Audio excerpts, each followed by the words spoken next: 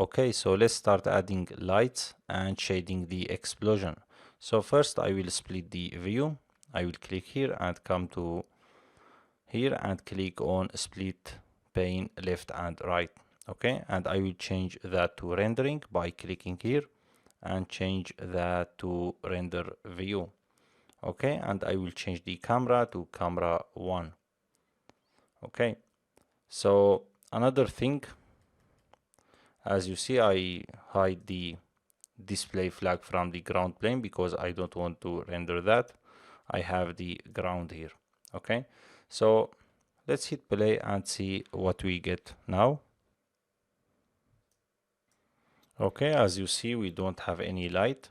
So let's add some lights. I will go to the light tab and click on light, on area light. Okay, I will hit enter and let's place the first light. I will click on display disable lighting. So in this case the viewport is a little bit fast. Okay, so let's place that somewhere here.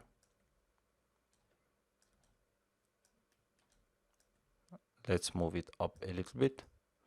Okay, so let's see how the light works now.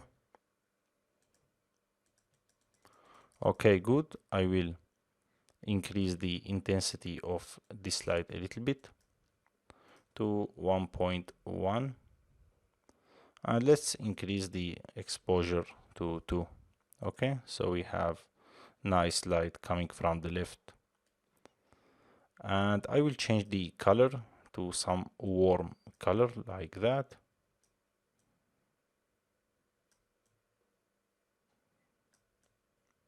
Okay, and let's now copy that and paste that here, and I will move the light somewhere here. I will move it up a little bit. Okay, something like that. Let's increase it to 1.2. Okay, and I will increase the sampling to make it, to get rid of most of the noise that caused by the light. So I will do that for the second light too, 2 by 2. Okay, okay, and another thing we need to do is adding the volume light. So I will select the pyro import and then I will click on volume light. Okay, this is my volume light, and let's hit render and see what we get. Okay, as you see, we have some lights. So let's work on the shading of the explosion. Okay, or let's add the shading for the ground. Let's create a material for ground. So I will go to material palette and I will click one here and drag that. Okay, let's name this one.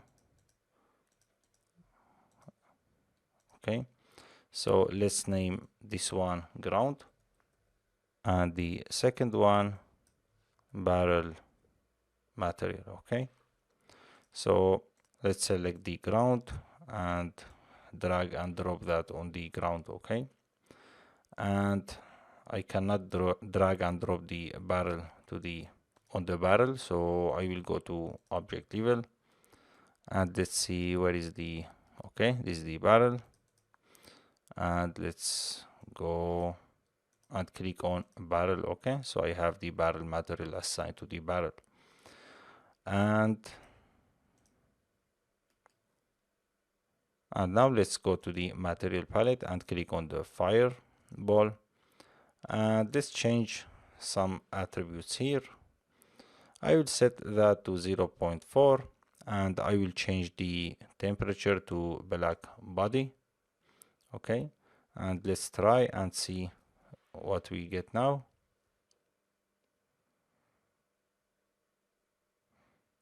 Okay, as you see, the temperature is too hot, so I will decrease that. So let's stop that. I will decrease that about 3000, and let's see.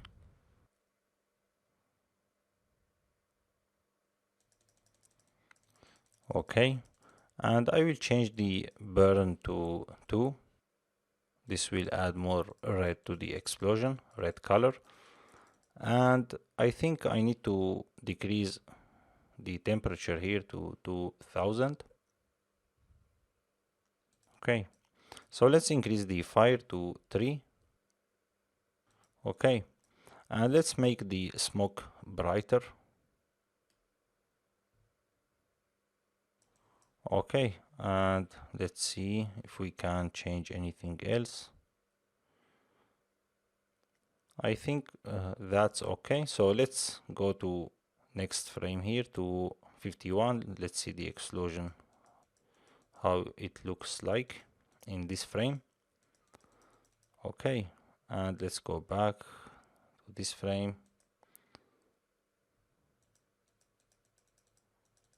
Okay, I think it's okay.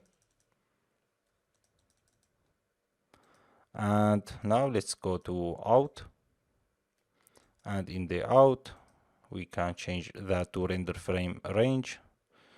And let's see here the rendering. Because we have a reflection here or a specular, we need to change this quality, okay, to 2 by 2, but I will leave that, okay, and it's okay 4 by 4.